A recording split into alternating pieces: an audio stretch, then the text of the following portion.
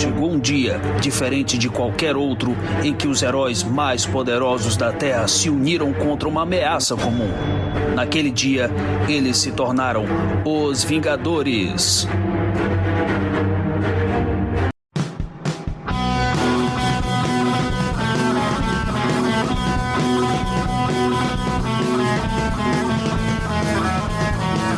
E aí, moçada, bem-vindos à Ação do Avante Vingadores, do seu podcast mensal do site Arte Final.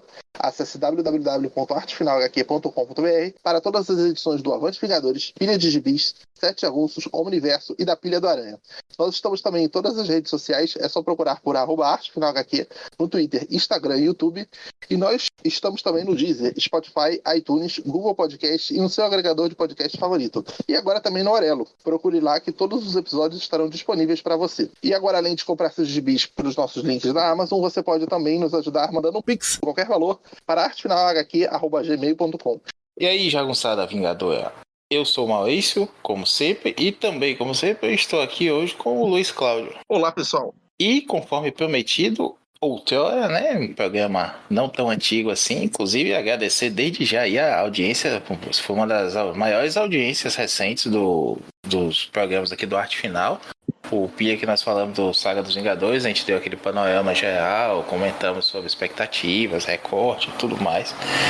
Com a presença do Joel, que não está aqui hoje, mas está em nossos corações. Vamos falar aqui, vamos manter uma periodicidade aqui. Enquanto você estiver comprando, essa que foi considerada por alguns péssimos youtubers aí como uma saga ruim, né, Luiz? Você está muito feliz com essa declaração de uns e outros aí? Que ia encalhar, né? Ia flopar, não ia vender, que é a pior das que estavam lançadas no mercado, né? Pois é, né? Preferi não gastar meu réu primário respondendo ninguém em Twitter, WhatsApp. Bem que eu saí nos 3 grupos por conta disso, mas enfim. Pois eu vou dizer aqui que, vindo de quem veio, de quem apareceu, do jeito que apareceu, inventando fake news aí de ontem, né? Então, não dá pra ter muita fé, não. Mas vamos deixar o veneno de lado, que nós não somos a nebulosa. E vamos falar aqui dessa Saga dos Vingadores 1 e 2. Vamos tentar manter aí a periodicidade. A Saga dos Vingadores é bimestral, então a cada 4 meses, né? A gente vai fazer aqui um comentário sobre essa Saga dos Vingadores. Nessa noite que nós estamos gravando aqui, eu recebi a primeira imagem de amigo com o número 3 em mãos, né, que é aquela capa do Ken, que já foi capa aqui, inclusive, dos maiores clássicos dos Vingadores, da Panini, há muito tempo atrás. Mas hoje a gente se limita aos 2 primeiros volumes. E vamos falar um pouquinho aqui, já falamos do recorte, né, já falamos de onde começa, não vamos voltar a lembrar aqui o que o Visão fez e tudo mais, até porque isso é bem explicadinho nessa primeira edição aqui da Saga dos Vingadores 1. Que é a Avengers 255. E é uma coisa boa, né, do gibi dessa época aí, que a gente podia começar do meio de qualquer canto, assim, que a história nos dava as explicações e as informações básicas necessárias pra gente não se perder. E aqui a gente tem, primeiro de tudo, vamos falar do formato físico, né?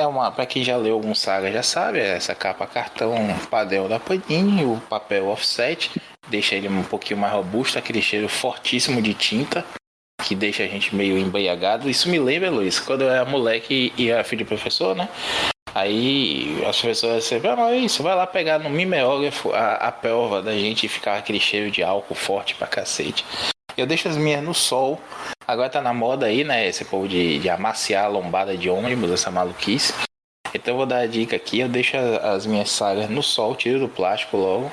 Deixo no sol pra poder perder um pouquinho desse cheiro de tinta. Você faz alguma coisa, Luiz? Ou você encara aí esse cheiro alucinógeno mesmo?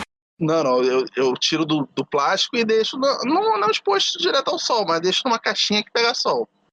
Então perde um pouco do cheiro. Eu levei pro escritório, chegou aqui uma da Amazon de manhã cedo, aí eu captei logo, né? E levei, botei debaixo do braço, levei pro escritório pra abrir durante o dia lá. E quando eu abri, uma colega do outro lado, assim, do biombo foi e falou assim, que cheiro é esse? Eu fiquei, calma, tá tudo bem. É só um gibizinho aqui, eu não sei por que, né, faz isso. A gente já viu muito gibi com papel offset e com essa gramatura, mas a Panini capricha aí mesmo na tinta.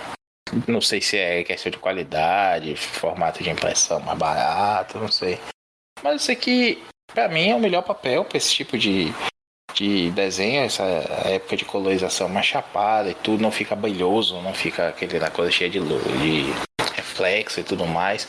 Outro ponto positivo é esse, né? É a arte remasterizada mesmo, assim como a gente vê nas Epics, como a gente vê enfim, nas Masterworks e tudo mais. Não tem aquela colorização horrorosa, por exemplo, que a gente viu no Thor do Simonson aí no Omnibus agora, que usa o mesmo formato, o mesmo material base da Salvat. A Salvat fez aqueles volumes lá, né, do Thor, do Capitão América e dos Vingadores do Busiek.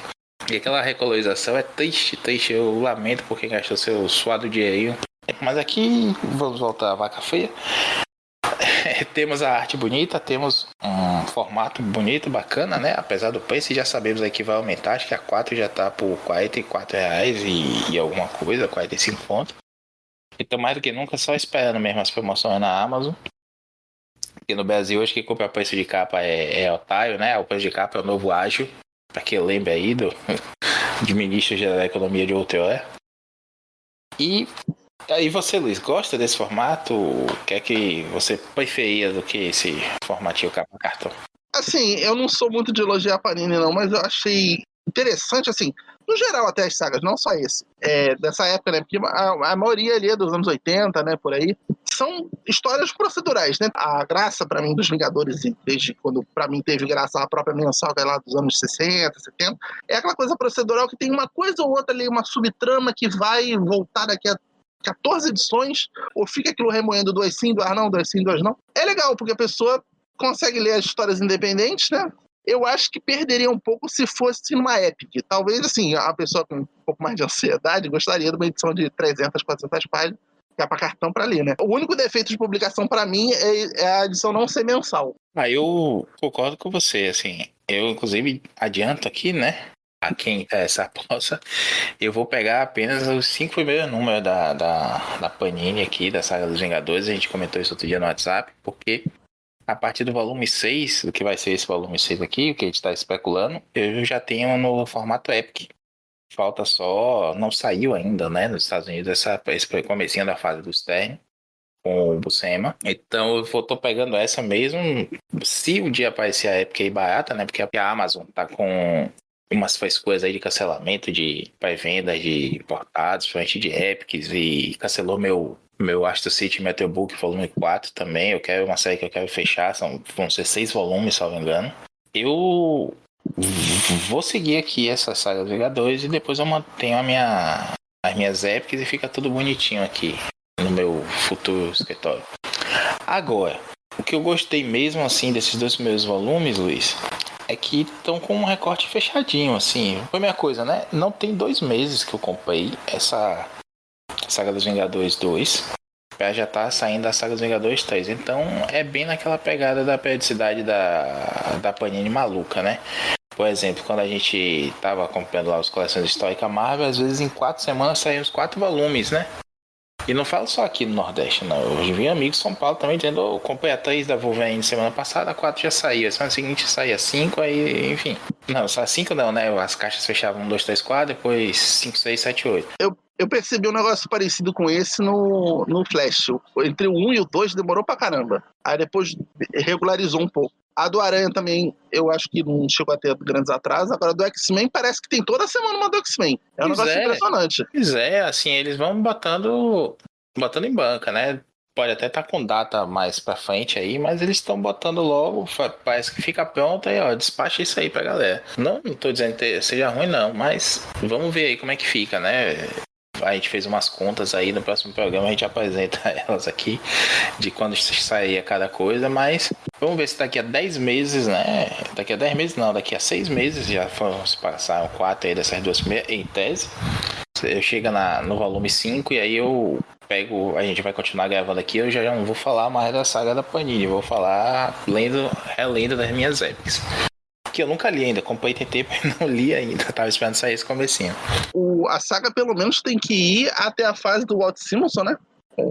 Que é quando o Stern sai ali, que é quando tem um arco ali do Supernova, né? Que há um retorno ali da nebulosa, que começa nesse volume 1 da saga.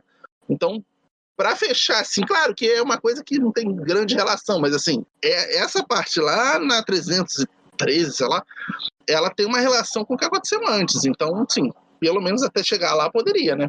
Espero, né? Ó, vou além, Luiz. Já entrando aqui, né, finalmente no conteúdo dessa primeira saga. A Nebulosa, né, a sobrinha do Thanos, neta do Thanos, enfim, eu lembrava de ser sobrinha, mas aqui tá traduzido como neta, eu acho que é neta mesmo. Ou foi o JP que mudou aí a continuidade na época? Autoproclamada, né? Porque tirou do nada isso, né? Isso, tanto que a gente vai ver aqui o Star Fox, né, irmão do Thanos, bolado com isso. A Nebulosa faz sua primeira aparição aqui, a gente vai ter um arco aí com a Capitã Marvel que vale, pelo menos pra gente. E a gente vai ter a origem não, né, esse começo aí da história da Nebulosa, descobrindo que ela é essa piada espacial miserável toda. E a gente vai ter a volta dela no arco do Supernova, como você bem disse, e mais adiante um pouco, e aí vem uma das primeiras histórias dos Vingadores que eu li, assim, sequenciados. A gente tem na fase do Burn, com o Paul Ryan desenhando, ela aparecendo mais uma vez num gibi que o Aranha acaba indo parar lá no espaço com os Vingadores também, né? Na verdade foi uma das primeiras histórias que eu li mesmo, que eu falei, e aí eu engatei e comecei a comprar o gibi do Capitão América por causa dos Vingadores também, porque eu adorava. É uma edição que é ela de costa e aquele arco de perna fazendo um ar, né? Isso. E tem a outra capa que é a que estão os Vingadores assim naquela pose costa com costa, né? Fazendo círculo, assim, tipo no filme. E tudo branco em volta, bem coisa do Burn, né? Deixar tudo branco, assim, porque tem uns pulsos lá que fazem piscar a realidade e tudo mais. Essa história é muito legal. Nunca mais reli, mas guardo no coração e na lembrança. E aqui nesse comecinho a gente tem vai descobrir, né, que como consequência do arco anterior, o Visão vê que a Capitã Marvel, a Mônica Rambeau, falamos dela recentemente no Pilha, já falamos também em programas anteriores aqui do Avante, como a gente gosta dela, eu acho uma baita personagem, inclusive eu fui até para ler a origem dela, a primeira aparição da Mônica Rambeau é no Anual do Aranha, do Stern escrevendo com o Romita Pai desenhando, e é uma história bem legal, não explica muito assim. Um cientista que é amigo do pai dela vai atrás dela para pedir ajuda. Ela é uma guarda costeira e que é desrespeitada pelos colegas, né? É a coisa do você é mulher, inferior e tudo mais, e ela quer mais do que aquilo. E acaba ajudando esse cara para tentar provar, né, o valor dela, e como é um crime lá que tem a ver também com a área da guarda costeira que não estava agindo. Ela se infiltra lá, tenta descobrir o que é que esse cientista está querendo causar e tudo mais. E na ativação do experimento do cara, ela acaba absorvendo os poderes, né? Esses poderes de energia, se converter em energia, se transformar em vários tipos de feixes energéticos. Acaba vestindo uma fantasia que ela encontra lá num depósito, e é essa roupa que ela usa, né, clássica, preta e branca, com aquela saia, sei lá, saia debaixo do braço, parecendo o Aranha no comecinho de carreira, né? O curioso é que no filme também ela essa roupa pra ela como uma fantasia. Tipo a roupa do Capitão América, né, no primeiro filme, que é a roupa clássica dos gibis, ele usa meio a contragosto, achando aquilo bem cafona. Cara, falando assim, eu não sei se é impressão minha, mas sempre achei que eram prata. Tipo, que nos quadrinhos a prata desenhado como branco, eu sempre achei que fosse prata. Tem um tom brilhoso, né? Tanto que ela fala mesmo, quando ela encontra pela primeira vez o uniforme, ela fala que tem um brilho, como se fosse umas lantejoulas, não assim, com aquela textura toda lantejoula, mas é um tecido que brilha, né? Que tem um reflexo, assim. Tipo a roupa que aparece de relance na última cena do Sem Volta Pra Casa, né? Que quando o Tom Holland finalmente decide ser um Homem-Aranha com uma roupa decente. E aí ele usa uma roupa que é um azul meio metálico, assim, meio brilhante. Só que o caso dela, não sei se seria prata, mas é um branco brilhante, assim. O Buscema gosta de desenhar sempre com um reflexo, né? Você vê ali que tem alguma coisa. Não é bem um reflexo, mas é uma indicação de que há um brilho ali, né? Uma refletividade na roupa. Quase como se fosse um plástico por cima, né, da roupa, deixando ela meio brilhosa. Eu acho muito bonito esse visual dela, bem a cara da época, né, com aquela bota de pirata e tudo mais, o Black Power, tudo mais, lembrando um pouco até a Mystic Knight da época. Eu acho muito bacana, acho que nunca conseguiram fazer um outro visual tão legal pra ela, nem modernizar esse de uma forma decente. Eu não sei se... É porque ela tá muito overpower aqui, né? É poderes praticamente ilimitados, né? De transformar em qualquer tipo de energia e tal. O espectro de energia, né? É basicamente como a Capitã Marvel no filme do Thanos, lá no Ultimato, quando ela aparece em um segundo, destrói a nave que tá matando todo mundo. Tipo, acabou a guerra ali. Acabou.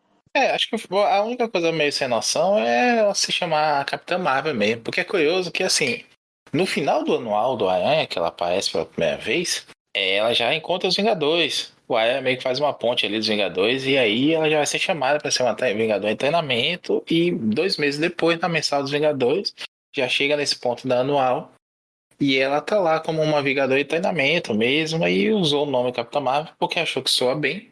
Capitã, né? Ela já tinha um título militar ali, naval, então capitã se encaixou bem pra ela. E ao mesmo tempo ela disse assim: ninguém tá usando o mesmo nome, então eu vou usar. Foda-se, sabe? Achado não é roubado, quem perdeu é abestalhado. Não, eu espero que esse anual aí em breve saia na Saga do Aranha, pelo menos, então, né? Que já tá, daqui a pouco alcança, né? Eu acho que sim, seria uma boa sair na saga dos Vingadores, né? Eu acho que tem uma pertinência temática aí, mas o ideal seria sair nessa primeira edição. Não saiu, então paciência. Mas como eu ia dizendo, acho que tem 2 recortes bem legais nessas 2 primeiras edições.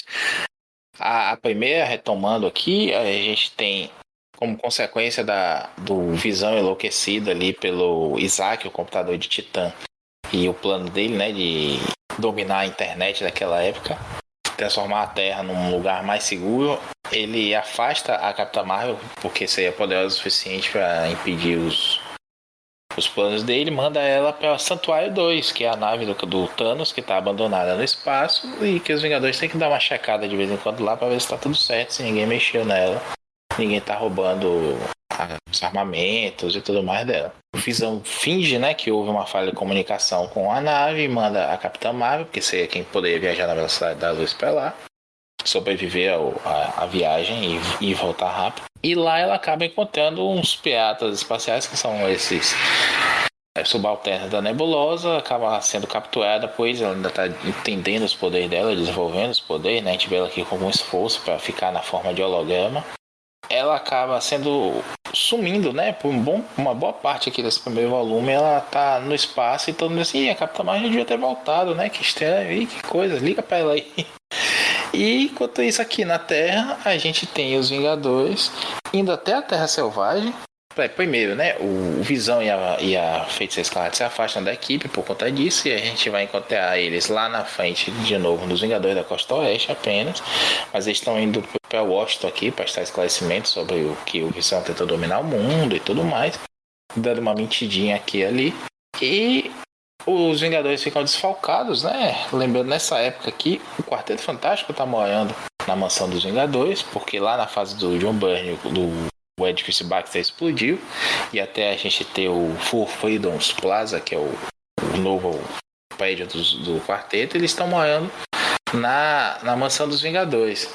A mulher Hulk, que é Vingadora e é do quarteto nessa época, ela tá mais com o quarteto, né? A gente vê ali, ela vai ter na frente uma edição do Wyatt Wingfoot, que é aquele namorado indígena dela, que participa de algumas histórias do quarteto também nessa época, aparecendo aqui. E os Vingadores vão estar na Terra Selvagem e encontram o Terminus. O Terminus é um outro vilão curioso, Luiz. Eu o conheci pela primeira vez num Super Almanac Marvel, aquele que é semestral, né? Era o Fator Terminus. O Fator Terminus, exatamente. Que a gente estava falando em off aqui dos crossovers de anuais, né? Esse é um daqueles crossovers de anuais que mistura o anual dos Vingadores, Homem de Ferro, o anual do Hércules, se não me engano, também. Vingadores da Costa Oeste e por aí vai. Assim como tantos outros, né? Crossovers daquela época, tudo nas anuais. E aqui a gente tem uma aparição do Terminus, que o Star Fox está na equipe aqui, ele já ouviu falar do Terminus do espaço e tudo mais. E esse ser aparece na Terra Selvagem, causa uma destruição gigantesca. A gente conta aqui o casar com ainda para ser pai, né? A Shanna ainda tá grávida aqui do Matthew, que é aquele molequinho que a gente vai ver lá na frente no ano do Mark Waid com o Andy Kubert. pequeno ainda, ele já cresceu, já ficou adulto, já voltou a ser criança, não sei por onde anda ultimamente. E o término de história, uma boa parte da Terra Selvagem ali, a gente tem também a chegada do Senhor do Fogo, que também é uma coisa legal. O Senhor do Fogo, eu não lembrava, não sabia, não sei, vou ser sincero aqui que nunca me importei com isso. O Senhor do Fogo, ele é xandaiano, ele é lá do planeta natal da Telpa Nova. E ele também se torna alto para proteger Xandar e tudo mais. E ele some, né, por um tempo, aí ele aparece aqui, na verdade ele aparece no gibi do Aranha, mais especificamente na Amazing Spider-Man 269 e 270. Tom DeFalco com Ron Frenz, uma das minhas fases favoritas do Aranha, Saudade Pilha do Aranha, falecido podcast que a gente falava do Aranha. E é uma história que eu reli há pouco tempo, porque saiu numa Epic Collection, que tem a capa, inclusive, o Aranha espancando o Senhor do Fogo, né? O Homem-Aranha sem poderes cósmicos, apenas com um uniforme negro de pano, espancando o Senhor do Fogo, porque o Senhor do Fogo chega causando destruição em Nova York e não tem nenhum herói por perto. O Peter vai lá e caceta ele bonitinho. E a gente encontra os Vingadores, onde acaba o gibi do Aranha, né? O Aranha deixa lá o Senhor do Fogo meio morto, fogo baixo. E os Vingadores chegam e dizem, então vamos embora, vocês cuidam dele agora aí, beijo, tchau. Então a gente vê a continuação dessa história e a gente vê o Hércules. E aí eu preciso falar do Hércules daqui a pouco, mas a gente vê o Hércules dando uma apagação gigantesca no Senhor do Fogo. E o Senhor do Fogo baixando a bola e ajudando os Vingadores aí pelo arco seguinte, indo atrás da Nebulosa e da Capitã Marvel no espaço. Agora, Luiz, eu preciso fazer essa pausa aqui e falar do Hércules. A gente tem uma coisa muito legal aqui do Hércules, que é a mudança do uniforme dele, né? O Hércules usava aquela faixinha transversal no ombro, chegando até a cintura, e um saiote com uma, vamos dizer assim, uma sandália gladiador que ia até o meio da coxa, na verdade. E essa roupa é destruída no arco anterior. Ele fica usando um colete, né, com uma calça que o exército americano fornece para ele, que é mais resistente, mas na mão dele não resiste muita coisa, não.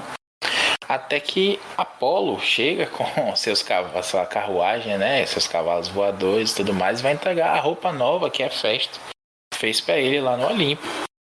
E é um negócio bem do nada, né? Assim, mas é divertidíssimo isso. E é que eles vão usar essa roupa que pra mim é uma roupa, o visual mais bacana dele, que é a cueca com aquele H, né? Que ele usa lá no sovaco, aquele elmo que protege as orelhas e só um pedacinho da testa. E a sandália gladiador mais curtinha. Eu tenho até esse boneco aí, que eu adoro e eu gosto demais do Hércules. Eu acho um baita personagem subaproveitado. Eu sei que você gosta também dele, né, Luiz? Por conta sim. do team-up dele ali com o Thor, principalmente na fase do DeFalco também. É o maior herói, né, que tem, né? O herói, por definição, né, da mitologia e tal, é o Hércules. Qualquer versão de Hércules gosta. Livros de mitologia, o desenho da Disney. E o filme do The Rock, você gosta? Gosto, mas toda vez que passa na televisão, eu fico achando que é o da Disney, e quando bota no canal é o The Rock, aí eu fico puto.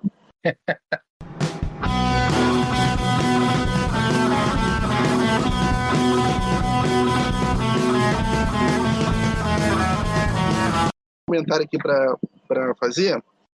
É curioso que você falou que o casal Visão ele sai da equipe e tal, depois vão fazer parte dos Vingadores da Costa Oeste. A mesma época, praticamente, tipo, mesmos anos, mesmo, né, período de tempo, está sendo publicado ao mesmo tempo. No Aranha, o Aranha está um pouco mais para trás, né? Tá, a Saga dos Vingadores, o ônibus do Quarteto também sai basicamente essa mesma época aqui. X-Men também, o X-Men na mesma época. O Hulk, quando saiu esses últimos Hulks agora do capa dura, antes de chegar esse ônibus agora do Peter David, também é tudo da mesma época. Agora sim, eu acho adequado nem que lance um Marvel Vintage, uma coisa assim, do começo dos Vingadores da Costa Oeste, né? Porque, assim, nem que seja a minissérie igual a Salvati, que saiu, sei lá, os 2 primeiros números da mensal quando muda de nome, que seria o V2, né? E aquela minissérie que é como se fosse o V1 da equipe, né? Que é do Stern, né? Aí mensal mesmo, que que veio depois que teve 100 e poucas edições, acho que é do Englehart, né? O começo já é do Englehart. Eu não sei se o começo também era feito pelo Stern, não lembro. Mas isso podia ser publicado de alguma forma, né? Porque assim, não impacta tanto. Há um encontro ou outro aqui na própria saga dos Vingadores posteriormente, mas é meio que só falta isso publicado nos anos 80, né? E não é uma fase ruim. Tudo bem que a Panini já publicou a fase do Barney, que é depois, lá no 47 pra frente, mas eu acho que não vai matar ninguém publicar o começo, né? Tanta coisa restolha aí, mesmo clássica. Valeria a pena sair, né? Já tá saindo tanta coisa. Ó, uma coisa curiosa é que é uma pretensão grande mesmo do público pelos Vingadores da Costa Oeste. Eu não entendo, como também só fui conhecê-los pela fase do Burn. Mas tem muita coisa anterior deles que é bem bacana, né? Inclusive o Cavaleiro da Lua foi membro nessa época, né?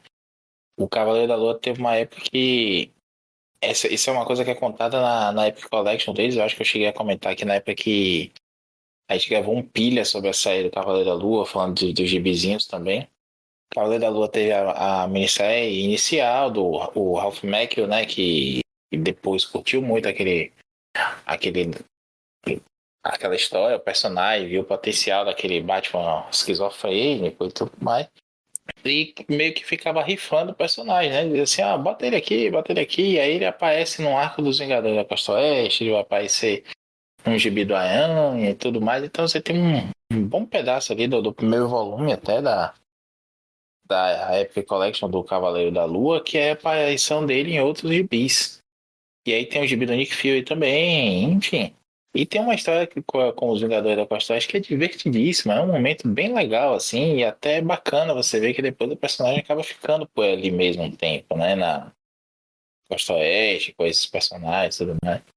Saiu recentemente um pack, né, da Marvel Legends e bonequinhos que tem o Hank Pym com aquela roupa, o macacão vermelho, né, a Tigresa, que é a mesma que você tem, Luiz, só com menos laranja o boneco, porque essa Tigresa que saiu antes dói o olho se você ficar olhando 10 minutos pro boneco, assim, você fecha o olho, você vê uma mancha roxa, né? É um laranja Naruto, né? Porra, é um laranja radioativo, meu amigo. É como se eu tivesse tomado um suco de laranja em Chernobyl, sabe? Aí tem a Mulher-Aranha, a Julia Carpenter, né?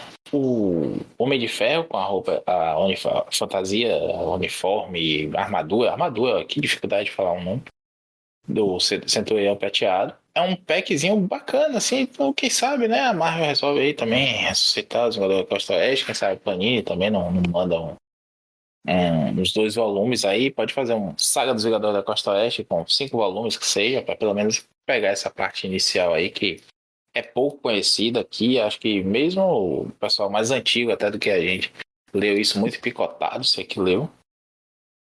Eu acho que dava para encaixar aí, principalmente porque lá na frente vai ter alguns encontros, né? Vai ter Atos de Vingança, vai ter Fatal Terminus, por exemplo, vai ter outras séries que ainda que não impliquem você ter que ler, saber o que é que tá acontecendo lá, mas tem personagem que vai para lá e vem para cá, tem a mudança de Homem de Ferro, por assim dizer, com Guerra das Armaduras. Muita coisa acontece aí que envolve as duas equipes de um jeito ou de outro e não é englobado se a gente não lê isso aí. Repito, não é necessário, mas eu acho que seria uma boa ideia para a Panini lançar isso aí. Sei que vocês ouvem a gente, Panini, a gente está sempre pautando aí os lançamentos de vocês, né? Então fica aí a dica. E é isso, eu queria fazer um link aqui com alguns outros personagens, né? A gente tem o Star Fox nesse comecinho, Luiz. E ele vai embora, né? Porque ele ouve a Nebulosa dizendo que é neta do Thanos e ele fica bolado para ir atrás dela. E isso nos leva até ao arco seguinte, que os Vingadores continuam no espaço e vão atrás da Nebulosa para saber lá o que ela tá aprontando. Sem o Star Fox dizer, né? Que tá indo atrás dela especificamente por conta disso. Ninguém mais ouviu essa alegação dela ser neta do Thanos. E os Vingadores acabam encontrando uns Skrulls. E esse arco do volume 2 saiu aqui, a gente estava até comentando mais cedo, né? Na Guerras Marvel 29 de setembro de 1990. Exatamente 33 anos e 2 meses atrás. Quando eu comprei esse gibi depois, no sebo até. E achei sensacional, porque eu não conhecia os Skrulls, não conhecia nada. E a gente é apresentado aqui uma colônia Skrull no espaço que se fantasia, né? Gosta de ficar na forma de humanos da década de 30. Então, como se fosse um grande cabaré dos anos 30 ali, espacial, com mafiosos, as armas dele parecem aquelas Tommy Gun de Al Capone e tudo mais. Eles falam com aquelas gírias da época e tudo mais, porque eles interceptaram algumas transmissões de TV da época, ou foi alguma série, uma coisa assim. Isso é uma sacada bem John Byrne, né? De ser. E até as naves deles têm formato de biplanos da Primeira Guerra. Uma coisa bem divertida mesmo, assim. Uma homenagem também à Casa Blanca aqui, né? Que o cara desenha igualzinho. Ah, igual, né? A roupa branca, o queixão quadrado, assim, né? Toda a atmosfera é bem Casablanca mesmo. É um Casablanca no espaço, bem lembrado. E a gente vai ver aqui os Skrulls que estão espalhados, né? Galactus tinha destruído há pouco tempo o planeta natal dos Skrulls, eles estão espalhados, então meio que em guerra civil, com vários. Já é uma raça guerreira, né? Então todos os capitães, os comandantes generais estão se declarando novo Imperador Skrull e as facções estão guerreando entre si. A gente vai ter um plano aqui de resgatar um desses pretensos imperadores aí, né? Um que foi proscrito pelas suas ideias radicais. Ele é colocado numa máscara de ferro, né? Já é uma outra referência aí, né? O homem é a máscara da máscara de ferro, que é um legítimo herdeiro do trono e tudo mais. E os Skrulls, a contra-gosto, acabam se aliando aos Vingadores mais uma vez. Eles já estavam lá se ajudando desde a época da Nebulosa, né? Do arco anterior, na primeira edição. E aqui a gente vai ver os Vingadores se metendo nessa treta aí por conta da busca pela Nebulosa também.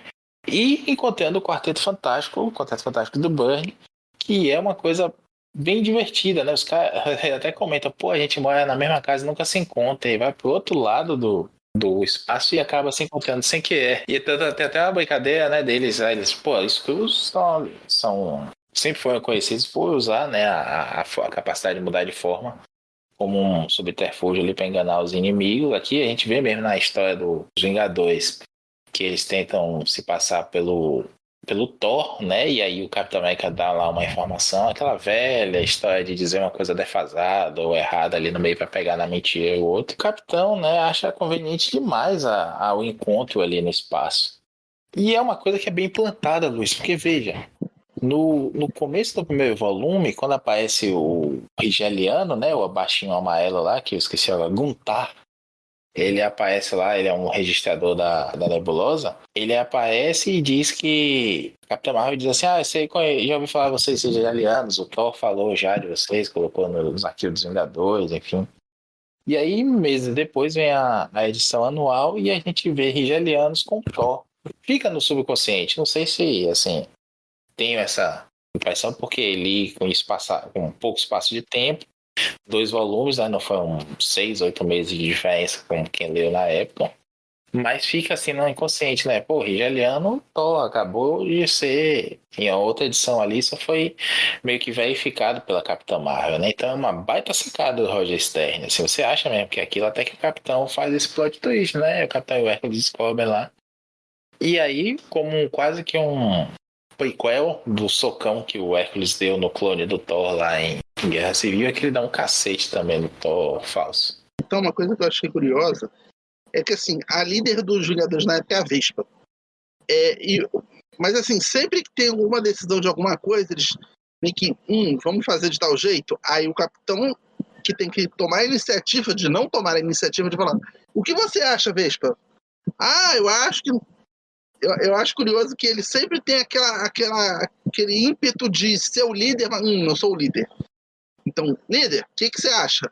Que a gente vai ver continuamente até a Operação Tempestade Galáctica, que a gente comentou também, né? Que o Capitão América queria se meter toda hora, dar ordens ali, quem era o líder na época era o Homem de Ferro, né? Sim, esse é outro ponto, né? Eu queria falar, foque na Vespa também, que é uma excelente personagem, né? A gente sabe, no começo a Vespa é só uma personagem ajudante, amante não, né? Interesse amoroso do Homem-Formiga. A gente tem aquela história toda do enlouquecimento do Hank Pym, dele bater nela e tudo mais, e aí ela vem numa jornada de crescimento como personagem. Não vou nem falar em empoderamento, não existia o termo na época, e hoje. Curioso você tá falando crescimento da personagem. Pois é, né? E ela vem num. Tô não tendo termo, não, né? Ela vem no crescimento mesmo. Vamos falar, se falar de empoderamento, vão chorar aí, porque é woke, né? Que a Marvel nunca fez isso, tá fazendo agora só, pelo amor de Deus. O gibizinho sempre foi escrito por gente muito antenada, muito ligada às mudanças do seu tempo e tudo mais. A gente cresceu com isso. Só que a questão é que quando a gente leu, essas mudanças já estavam consolidadas, né? Agora que a galera com a cabeça que devia ser mais madura tá vendo a coisa na crista da onda, não tá entendendo que não existe mais o lag que existia quando a gente lia pela Abril. É entender em tempo real mesmo o que é que está acontecendo num mundo mais globalizado, que as coisas acontecem mais rápido e mais próximas da gente, e não num gibizinho com uma referência que você tem que lembrar, ou ter hoje uma nota de rodapé daquela época para ver a Tempestade no Bronx, aquele gibi dos X-Men, por exemplo, contando Luke Cage e falando do problema das drogas, da marginalização da população negra, gentrificação do Bronx e tudo mais. Mas não faz sentido quadrinhos que falam de raças e seres de diversos tipos, de diversos planetas, de diversos universos, e não se aborda, não ter muito personagem mulher, não ter personagem negro, personagem gay, é uma coisa que não faz sentido em si, entendeu? Realmente devia ser abordado de alguma forma. Claro que estamos falando de pessoas que escreviam nos anos 80 mesmo que o autor não tivesse o preconceito, quisesse fazer essa iniciativa, e eu acho que até o editorial da Marvel era bem progressista, como sempre foi, né? Mas esbarrava na possibilidade do público não gostar, né? Então tinha que ser uma coisa até sutil, né? Como foi, por exemplo, o Estrela Polar, né? Ali é uma presepada, né? Porque a Marvel mandou voltar atrás. E aí o Gary Conway vai explicar que não, ele não é gay, não. Ele é elfo. Por isso que ele é daquele jeito, sabe? E quando a gente vê que o Bunny criou o cara pra ser mesmo dúbio, há uma dubiedade ali no personagem. A gente comentou isso até no Escapistas, que a gente falou da tropa alfa do Burnie. Acho que tá claro com a visão de hoje, né? Até mesmo da época, lendo ali, você vê que tem uma coisa a mais. É mais uma coisa que na época a gente via, mas não comentava, sabe? Olhava de canto de olho só. Hoje em dia é falado, é visto, é posto em evidência. E isso incomoda a gente. A gente não, né? Há agentes por aí que acham isso ruim, né? Que diziam que antigamente não tinha. Porque antigamente ele podia dizer que só olhou de canto assim e fingiu que não viu. Agora não dá pra fingir que não viu.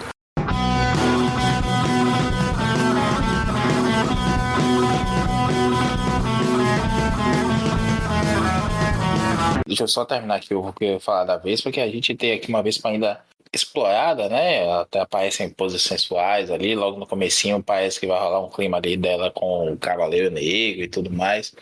Mas o Stern se afasta do caminho mais fácil de mostrar ela de novo no relacionamento, e ela vai crescendo como uma personagem forte por ela mesma, né? Não como namorada de alguém. Não me recordo se vai ter mais adiante aí alguma coisa dela com o Cavaleiro Negro, acho que não. Mas eu gosto dessa coisa dela como líder. Eu acho curioso esse conflito dela com o Capitão América, né? Quando chega a ser um conflito mais há um incômodo ali subjacente. Que o capitão quer pular na frente, ele tá se controlando daquilo, as pessoas também já procuram ele, aí tem muita questão aqui de governo também, e vai para uma reunião com o governo, tem que levar o Capitão América, né? O cara que abre as portas lá dentro, né? Seguindo aquele raciocínio daquela edição que a gente falou do Joe Cass, né? Que ele era a chave, né? De Exatamente. ligação com o governo e tal. Eu lembrei justamente disso. Aqui a gente tem toda hora uma preocupação dos Vingadores com a permissão deles, né? A permissão prioritária, poder usar os jatos, estacionar os jatos dentro da mansão dos Vingadores. Uma coisa bem associação de moradores de Ipanema, né? Ai, tá fazendo muito barulho. Não vou poder usar o jato perto da mansão. A mansão também no meio da rua do Manhattan, pô. Não, a mansão é na Quinta Avenida, tipo, na principal lugar da cidade, assim, onde todo mundo passa toda hora e toda hora aquilo é destruído. Você imagina o caos no trânsito que aquilo não é. É basicamente o Santos Dumont, né? É. Isso, acho que um aeroporto aí, que, pra quem não sabe, é um aeroporto que fica bem no centro da cidade. É no mar, né? Mas é no meio do centro da cidade. É como se fosse na Avenida Paulista, em São Paulo também, ou como se fosse aqui no Iguatemi, em Salvador, ou na Ilha do Leite, lá em Recife. São as referências que eu conheço também. Agora só fazendo um porém aqui que eu vou cortar só pra. Que eu não lembrei de te perguntar até agora. Não tem boneco do Beyonder com essa roupa prateada, não? Não tem. Não tem Caralho, que nenhum boneco do aflição. Beyonder. Não tem nenhum boneco Como é do que não Beyonder. fizeram? Como é que não fizeram isso até hoje, Jesus? Tem e busto da Boeing antigo e tem estatuazinha da Eagle Moss. Mas boneco Marvel Legends, alguma coisa assim, não, nem pequenininho tem. Se você achar a foto aí na internet, é customizado, por favor. E a Vespa, só retomando aqui, Luiz, ela vai ter um papel legal, assim, lá na frente a gente vai ter, né, na invasão à mansão, ela se questionando e tudo mais. Isso já saiu aqui no Brasil pela capa vermelha da Salvat, inclusive. Mas até lá a gente vai ver uma Vespa como uma líder bacana, assim, e que surpreende, né? Ela surpreende o Beyonder aqui, que é outra coisa que é divertida dessas duas edições, que é bem louca, assim. Eu até comentei assim que acabei de ler a primeira edição, assim, porque quando eles estão para pegar a Nebulosa, o Beyonder aparece, né? Tá em comecinho ali de Guerra Secreta 2, o Beyonder vem pra Terra para experimentar as sensações de ser humano e tudo mais. Ele alopa pra caramba, ele se apaixona pela Cristal dos X-Men, ele transforma um pé inteiro em ouro no gibi do Aranha, ele dá um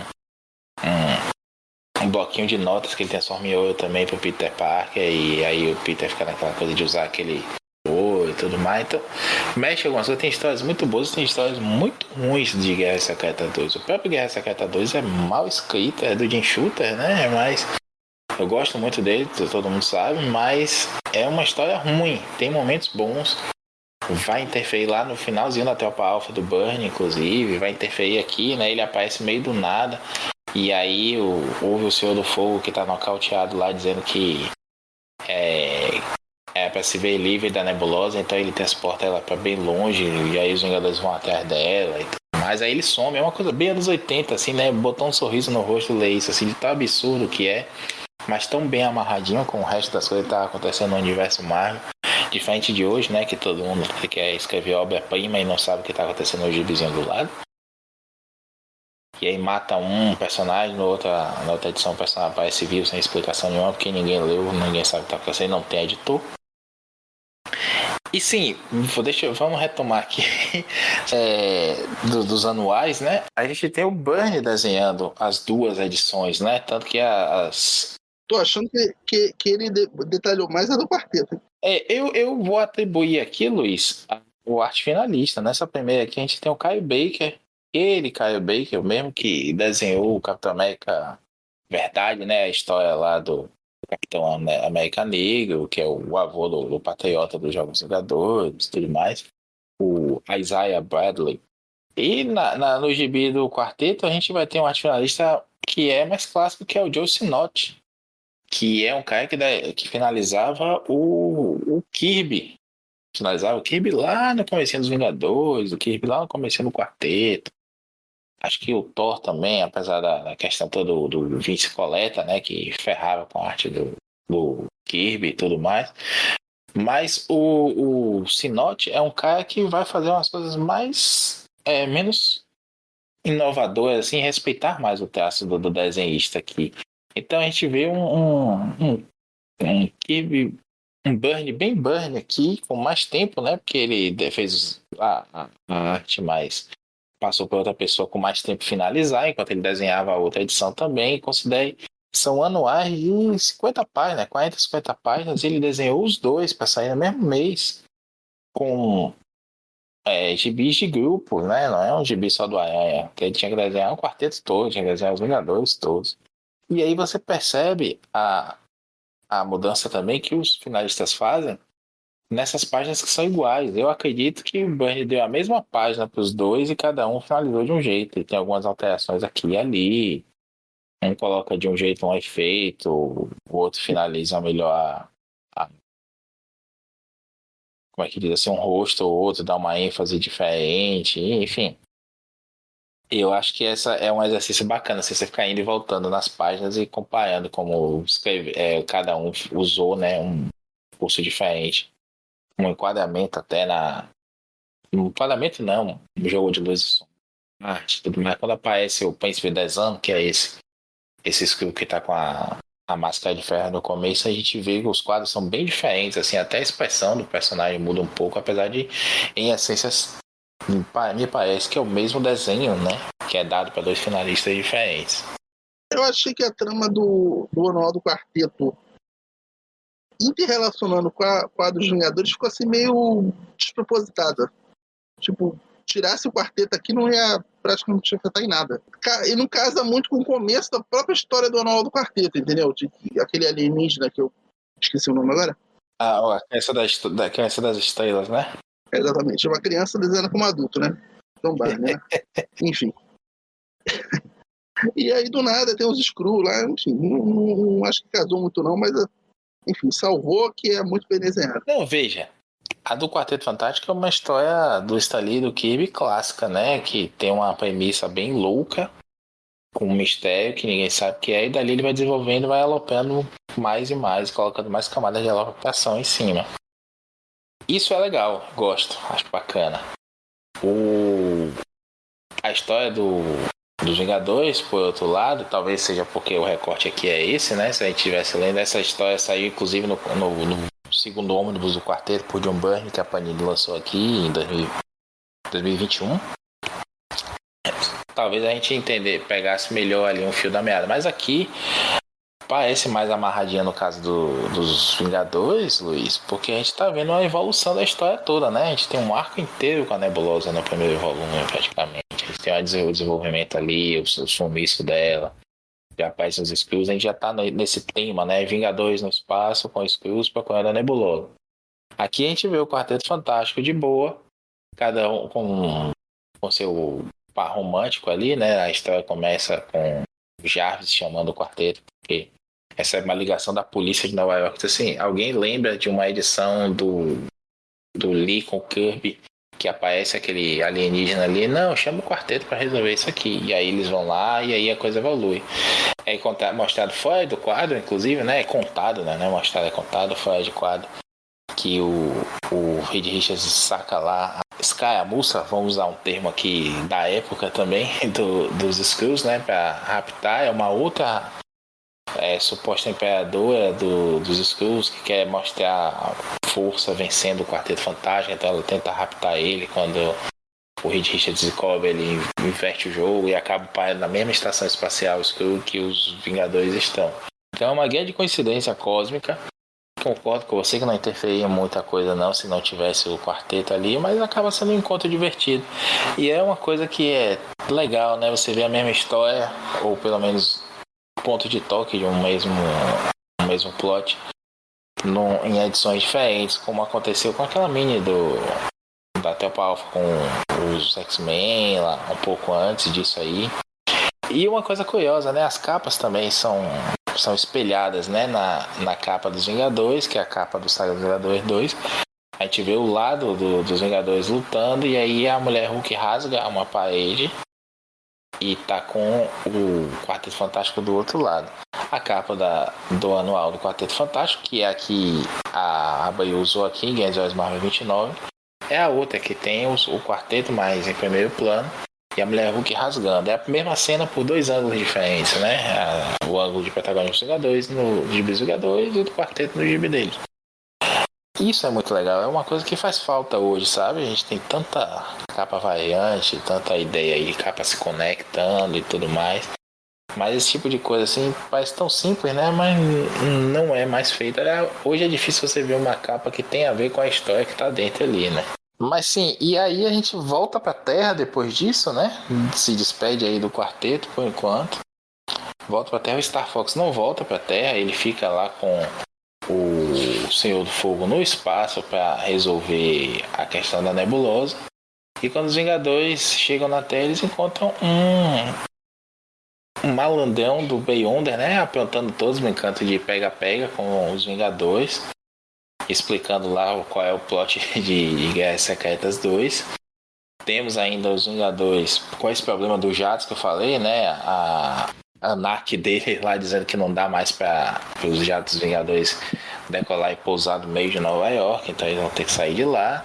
Aí a gente tem o Arraia, que também é um dos Vingadores C favoritos, assim, eu gosto muito do Arraia, eu sei que é demais, amigo nosso também, lá no Twitter, o Lendo HQs, @Lendo HQs, ele também é fã do Arraia. E ele vai. O Arraia que volta da fase do Buzzard, né? O Arraia volta. É. Não, o Arraia volta na fase do Burn lá pra frente. Minto, do Larry Hama lá na frente.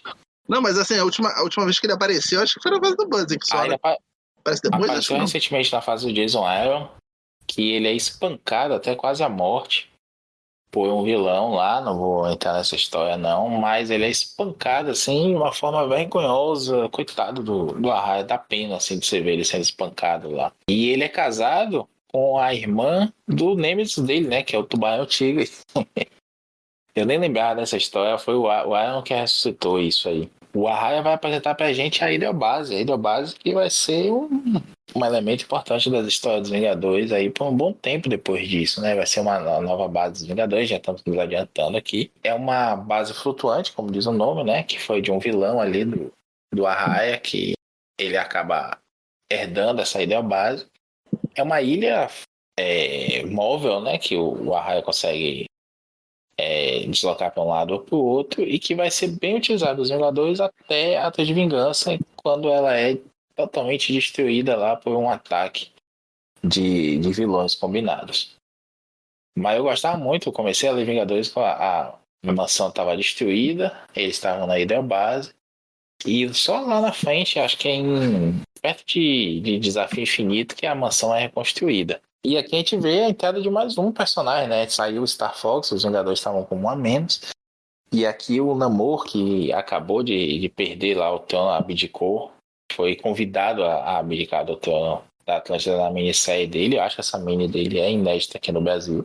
Ele tá lá todo boiocochô, né? Deprimido, e o Hércules chama ele pra porrada, uma trocaçãozinha gostosa, pra que o Namor volte a sorrir, né? O Hércules, de novo, é um baita personagem, muito pouco bem utilizado, a gente já comentou isso no podcast recente, e virou só um PZP, né? Um cara que só apanha e tudo mais, tentar ressuscitar o personagem aí numa época como um caçador de recompensas, tudo mais, que é até uma abordagem legal, porque ele tem muito a ver com o herói, né? Buscando desafios e tudo mais, mas não prestou muito não. Eu acho curioso que o Namor, quando ele conversa com o Capitão América, o Capitão América fala, né, que foi ele que, por conta dele, né, que ele foi descongelado e tal, né, por conta daquela edição 4. E ele não sabia. Eu, tipo, meu Deus do céu, isso passa lá, cronologicamente uns 15, 20 anos, ele não sabia, nunca encontrou ele pra conversar.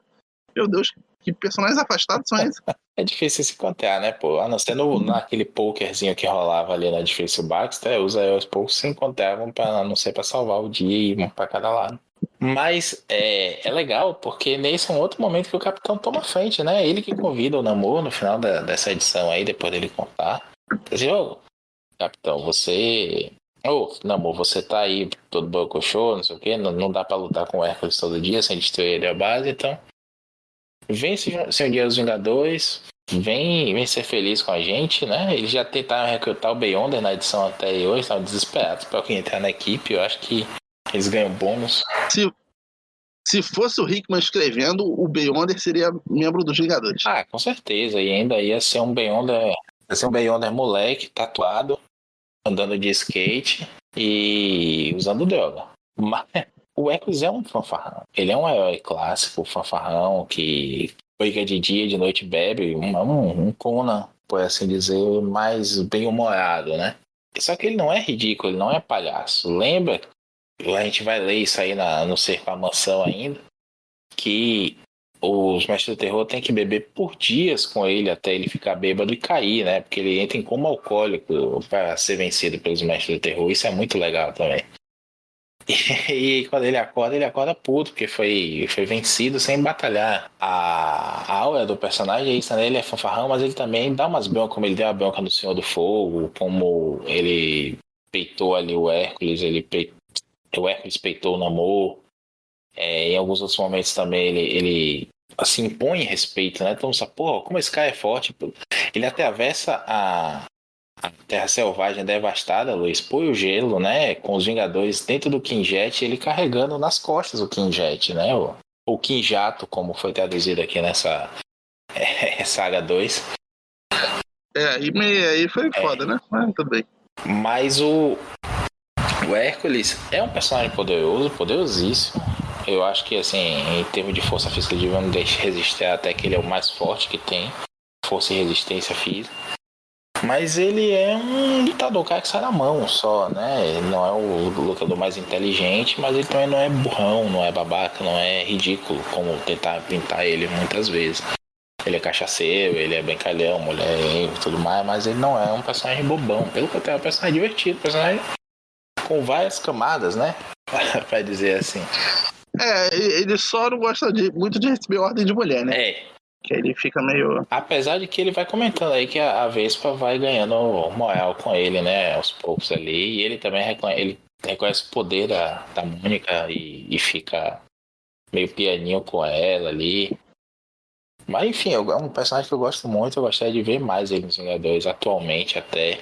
Acho legal, assim, tem muita gente para assumir o papel do fortão do grupo, né? A própria Mulher Hulk também acho que ela tem uma dinâmica bem bacana com os Vingadores.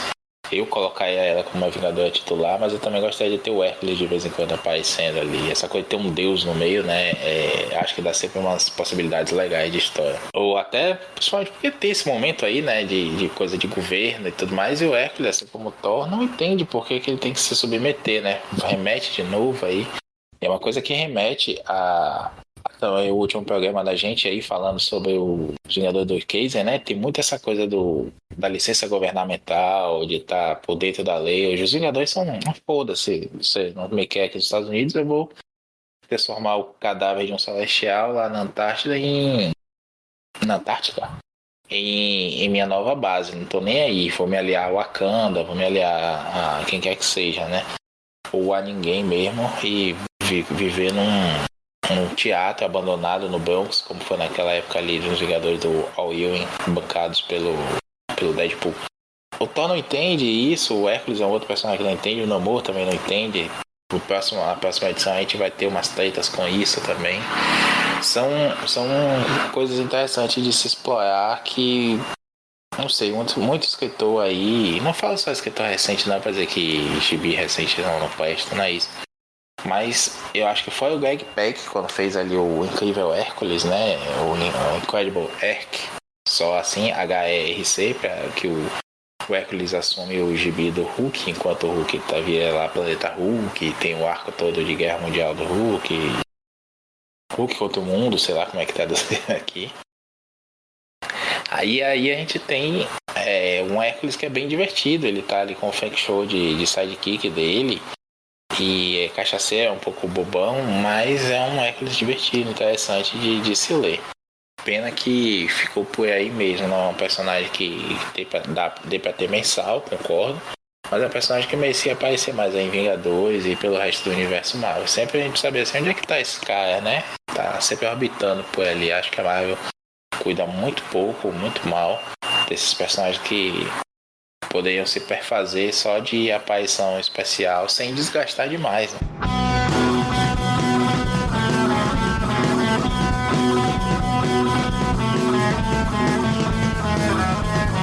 Só pra citar que a Capitã Marvel e o Air são os personagens que mais aparecem nessa fase dos ternos. A Mônica Rambeau aparece com 65 edições. Depois do Capitão América com 54, aí vem Vespa. Bem menos, assim, umas 20 a menos. Cavaleiro Negro, Star Fox, a Mulher Hulk, que acho que entrou no grupo depois, né, quando ela sai do quarteto. E aí, com 29 edições, o Hércules. Quer dizer, esses membros mais presentes. A Mulher Hulk tá nos Vingadores quando a Capitã Marvel aparece, né? É a primeira aparição dela. A gente tem a vez com a Mulher Hulk, a Marvel aparecendo, mais uma outra personagem mulher, não é a Viúva Negra, não me recordo agora quem é. Mas tem uma boa quantidade de personagens femininas. E a Mulher Hulk tá bem boba ainda, né? Até o Bernie entrar no título e dar uma chacoalhada nela e colocar no Quarteto Fantástico também. Ela ser essa personagem mais profunda, né? Mais interessante. E ela se tornou. Ela até é só uma fortuna lá que sai na mão aqui e ali e não tem muita coisa. Tem momentos legais e tudo mais, mas empalidecem, né? Ficam azul claro, ou verde claro, perto da Mulher Hulk que a gente vai conhecer depois na mão do Bunny. Tanto no quarteto quanto no título principal. Mas sim, e essa segunda edição termina com duas capas, né, recoloridas, que são essas capas aí dos encontros, do encontro do quarteto com os Vingadores no espaço. E se você gosta dessa colorização, não sei o que você está lendo esse gibi com essa colorização boa, original, não sei o que você está fazendo ouvindo este podcast que gosta de cores chapadas. Aí a gente tem uma paginazinha de Marvel Age, né? Um manual da Marvel Age, que é aquele. É tipo a Wizard de alta referência. É o video show da Marvel, né? E tem como disse o Luiz, né? Um texto em Arial 5 contando a história dos Skrulls, contextualizando um pouco também os anuais desse ano aí. E algumas páginas de preto e branco, duas páginas de preto e branco do Burnie relativas a essa história.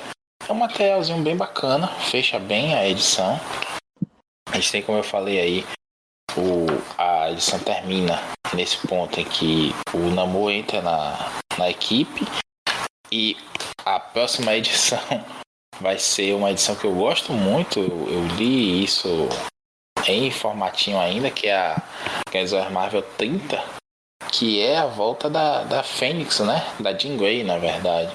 E aí descamba na formação do X-Factor.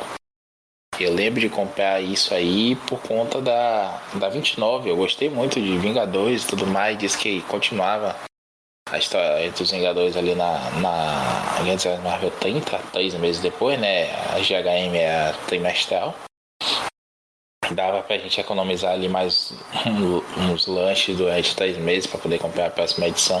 A gente vai ter uma história do quarteto, uma história dos Vingadores, né? Os Vingadores encontram o Enclave, que são esses vilõezinhos aqui que fogem da prisão no final desse segundo volume.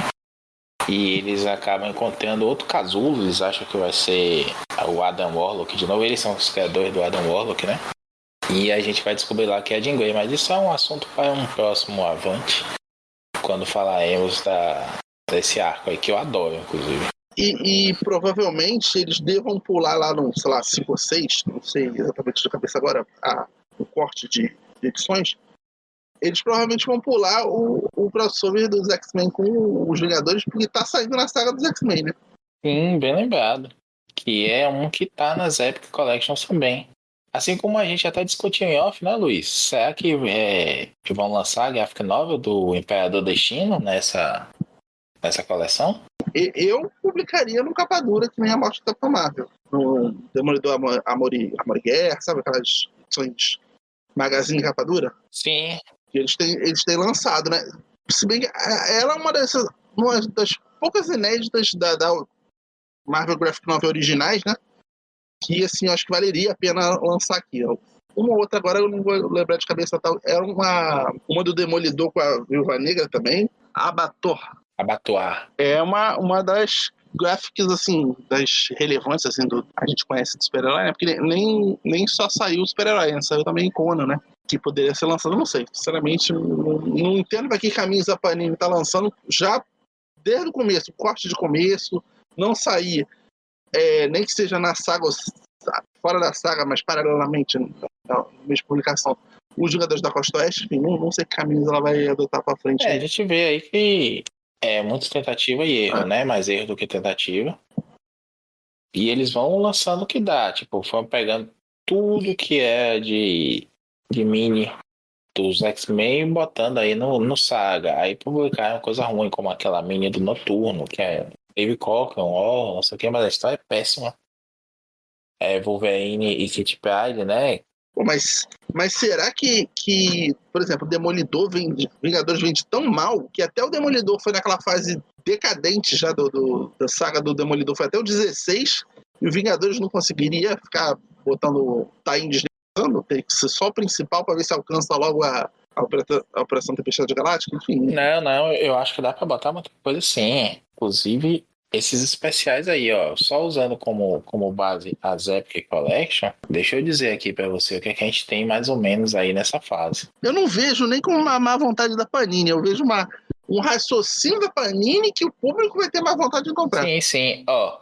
A gente tem aí na Sob Cerco, né, que é Under Siege, que é justamente quando vai pegar aí da 264 em diante, lembrando, né, a gente tá aí na 2, Saga dos Vingadores 2 tem Avengers 262. Opa, então eu nem preciso mais ler até a 5, só preciso comprar até a 3 mesmo, e aí eu já posso seguir nas minhas epics. E a gente vai ter um anual, uma edição de Tropa Alpha e Vingadores da Costa Oeste anual 1. Salvo engano, aí esse anual deles e Vingadores da Costa Oeste é Torneio de Campeões 2, que aqui saiu, né, no formato do Coleção Histórica Marvel. Aí a gente vai ter mais um anual na 17, que é Dia do Julgamento. Uma Graphic Novel, Marvel Graphic Novel 27, Imperador Destino. X-Men Vingadores 1-4 e outro anual da Vingadores da Costa Oeste.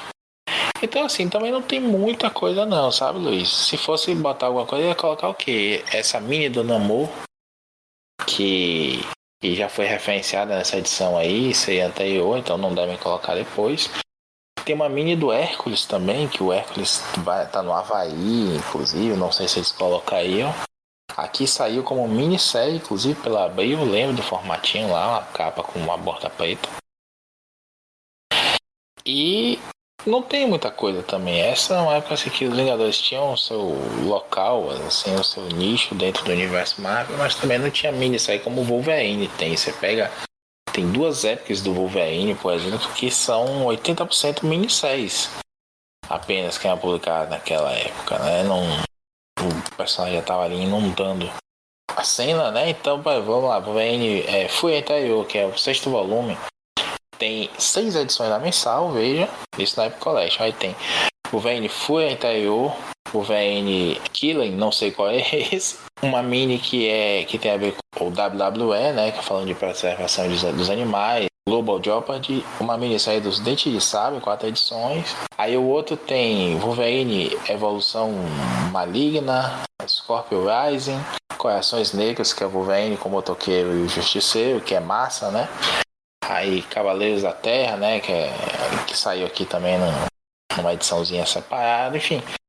Os Vingadores nunca tiveram esse apelo assim. Hoje, se você for jogar Vingadores, você acha uma porrada de coisa, mas não nessa época aí, não tinha tanta coisa paralela, não. Ou até hoje que a gente tá falando aqui, tem 2 gibis, além do gibi principal dos Vingadores saindo, com Vingadores S.A. e um ou outro Vingadores aí que eu não faço ideia. Mas naquela época não, só tinha Vingadores da Costa Oeste e uma outra graphic novel ocasional. Não sei se vale a pena também entupir, cara. Fazer o quê? Botar edições da mensal do Quasar no meio? Não sei se valeria a pena não. Talvez uma coisa ou outra assim, mas eu acho que bons extras aí são esses materiais da Marvel Age da época, Luiz. Esses textos, algumas entrevistas com escritores da época. A Epic Collection faz muito isso, né? Coloca entrevistas, coloca Marvel Age excertos, artes que a gente nunca viu, tudo mais. E isso eu acho que é mais interessante até para manter como uma coleção do que ficar enchendo de história inútil com artistas e escritores ruins. Isso acaba, como dizer, enfraquecendo mesmo a vontade de comprar. O cara dizer, pô, eu vou comprar um gibi que tem 2 edições boas e as outras 4 são ruins. Não tem nada que preste nesse volume, vou comprar só pra não ficar o buraco na prateleira. Uma hora o cara cansa, né? Porque tem muita coisa lançando. Saga do Superman tá voltando, Saga do Batman segue firme e forte. Saga do Aranha é outro também que a galera dedica grana. Saga do Flash aí do Wade, que vale a pena ter tudo.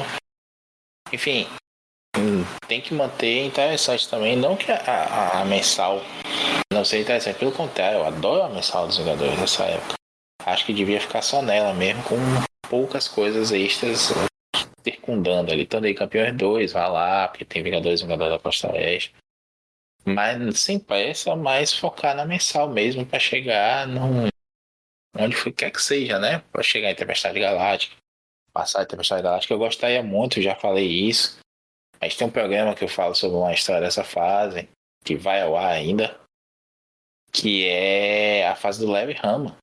Todo mundo sabe que eu sou fã do Larry Hama, e a fase do Larry Hama dos Vingadores é muito pouco reconhecida e merece mais. Uma republicação aqui bacana, porque tem uma arte boa, tem um momento bom ali dos Vingadores também. Ô Luiz, e trazendo uma informação aqui que a gente falou agora há pouco, né, da questão dessa periodicidade maluca, no site da Panini, o Saga dos Vingadores 3, que é esse com a capa do Kang na frente, os outros heróis no fundo, tem o Colossus, tem a Tempestade, ela tá com pré-venda com previsão de envio para a segunda quinzena de dezembro. Hoje, dia 27 de novembro, a data que a gente está gravando aqui, eu já recebi foto de amigo em grupo de WhatsApp lá do MBB, dizendo que já tá com a SGB na mão. Já chegou em banca. Então, realmente é toque de caixa. Vai ficando pronto, vai botando em banca. E o assinante que se foda para receber por último, se não acabar, né? Não, e isso me preocupa. Algumas coisas estarem sendo empurradas para depois da CCXP e outras coisas antecipadas por conta de alguma. Se bem que a gente não vive mais a era de ouro dos anúncios da Panini em canal de YouTube, né? Para ela mesma lança nas lives dela. Não sei se ela não vai anunciar nada na CCXP. Basicamente só anuncia um título da Graphic MSP, né? Mas parece que havia uma nova saga aí da Marvel, né? Não sei que se vão cancelar de vez alguma, se vai ter mais uma, qual uma que vai ficar parada e vai passar a ser bimestral. Me preocupa um pouco, assim, qual vai ser o planejamento dela pro próximo ano, né?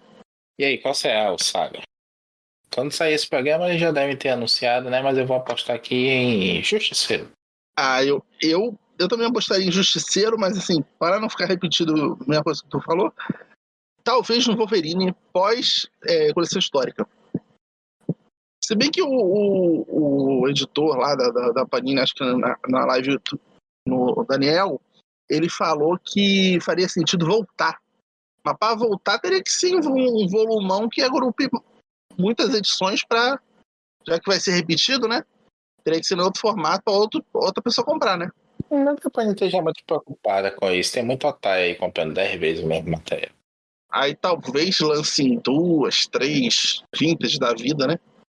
Porque assim, essa CHM aí, ela não saiu, a parte que não saiu em CHM, não saiu em Epic, né?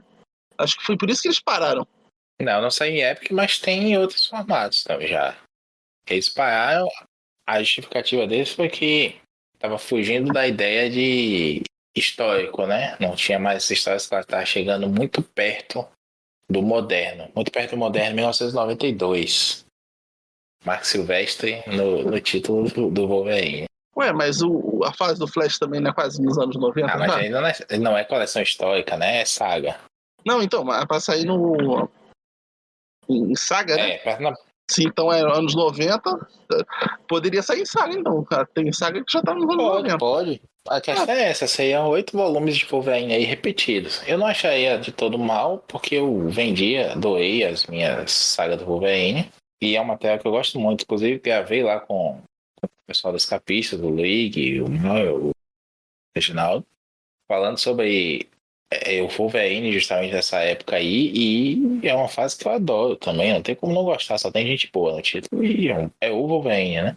Eu só acrescentaria que tinha que ter o Wolverine, né? O Dívida de Honra, começando o gibizinho, começando a coleção. Que é considerado V1, né? Do Exatamente. mesmo sendo uma minissérie. Assim, eu vou roubar um pouco, citar uma outra possibilidade de saga aí, que no caso não é o que eu acho que vai sair, assim, eu gostaria realmente que saísse, que é uma saga do surfista prateado pré o Desafio Infinito ali, o Thanos em busca de poder e tal. Que eu acho que é o Jim Starlin, né? Eu não sei se toda essa época é do Jim Starlin, mas De Starlin com um Rollin. isso. Que saiu acho que em 3 epics, né? Isso. Toda esse pedaço de 3 epics já garantiria aí, sei lá, uns 8, 9 volumes em saga. E tem muita coisa que eu tive que catar em formatinho, baixar em PDF em pirata, para poder ler, né? Porque não tem outro formato. E é uma estranhíssimo quando saiu o filme. Eu não sei se é porque como o Surfista Prateado não aparece nos filmes, né? A Panini optou por lançar só o que era do Thanos mesmo, com Adam Warlock e o Capitão Marvel. Então eu vou arriscar também outra saga. Saga dos Novos Guerreiros. Essa eu queria. Dava 5 volumes só, pô. Pô, esse é legal. É estranho, né? Não ter nada do Nova saindo, né? Pois é. Sei lá, eles podiam... E a Marvel prometendo, né? Enfim. O MCU prometeu um tempo aí que o Nova vai aparecer, mas do jeito que o MCU tá, ninguém vai aparecer, não. O Nova e eu, assim, não vou dizer se é spoiler, porque quando eu fui assistir as Marvels, faltou luz, faltando o ritmo pra acabar o filme, então não sei se seria spoiler ou não. Mas até o bracelete do Quasar já apareceu. Cadê o Quasar no seu? Eu acho que é o último, assim, não vou dizer grande Vingador, mas assim, todo mundo que já foi Vingador, mesmo os PC, assim, dos que mais aparecem, com um poder interessante assim, acho que só falta o Quasar. Mulher Hulk, o Namor já apareceu, o Cavaleiro Negro vai aparecer, quer dizer, já existe, o Star Fox, a Capitã Marvel, Mônica Rambeau, Hércules também já apareceu, Mulher Hulk, enfim, não sei se eu já falei Mulher Hulk. Só falta o Quasar. Assim, do grandes de poder e com grandes participações, né, de quantidade. Se bem que até lá eu acho que não vai ter mais MCU, não, porque o pessoal já não tá indo no cinema pra assistir nada. Nem Pixar o pessoal tá indo mais no cinema assistir, né? Enfim, é isso. Não sabemos quando voltamos, em qual... Espero que vocês tenham gostado do episódio. Não sabemos quando voltamos, qual o assunto, mas, claro, sempre sobre Vingadores. Esperamos aí com uma notícia boa da Panini, algum Marvel Vintage da Visão Absoluto, talvez, um Imperador Destino aí em Graphic Novel. Vamos ver o que vai acontecer. E aí, Maurício? Mas se for pra lançar Imperador Destino, que nem lançou Shambhala por 250 mil reais e tudo mais, aí é melhor deixar no Saga mesmo. Pô, mas aí vou ter que cortar essa parte, porque se o cara da Panini ouve, vou lançar em Grandes Tesouros Marvel o Imperador Destino, 250 reais. Enfim, é isso. Valeu, gente, até a próxima.